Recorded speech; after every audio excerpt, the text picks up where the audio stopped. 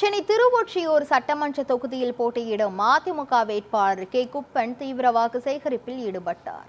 இந்த நிலையில் பூங்காவனபுரம், சின்னமேட்டுப்பாளையம், பெரியமேட்டுப்பாளையம் உள்ளிட்ட பகுதிகளில் பொதுமக்களை சந்தித்து இரட்டை இலை சின்னத்திற்கு வாக்களிக்குமாறு வேண்டுகோள் விடுத்தார்.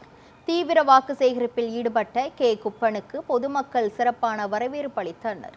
அப்போது பேசிய அவர், மேம்பாலம், சாலை விரிவாக்கம், பாதாள சாக்கடை திட்டம் என பல திட்டங்களை கொண்டு வந்து தனக்கு மீண்டும் வாக்களித்தால் எண்ணற்ற பணிகளை செய்வேன் என வாக்குறுதி அளித்தார்.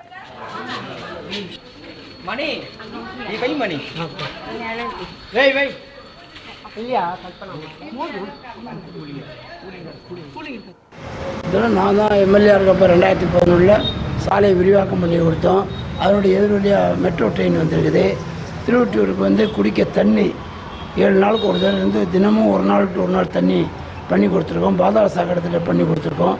கல்லூரி கொண்டு வந்திருக்கோம். தாலுக்கா ஆஃபீஸ் கொண்டு வந்திருக்கோம். நூலகம் கொண்டு வந்திருக்கோம். மாட்டு மந்தை மேம்பாலம் கொண்டு வந்திருக்கோம். துறைமுகம் கொண்டு வந்து கொடுத்துருக்கோம்.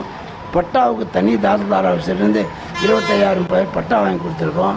இப்படி பல்வேறு பணிகளை இந்த ஊர் மக்களுக்கு, தொகுதி மக்களுக்கு செய்திருக்கிறேன் என்பதை தெரிவித்துக் கொள்கிறேன்.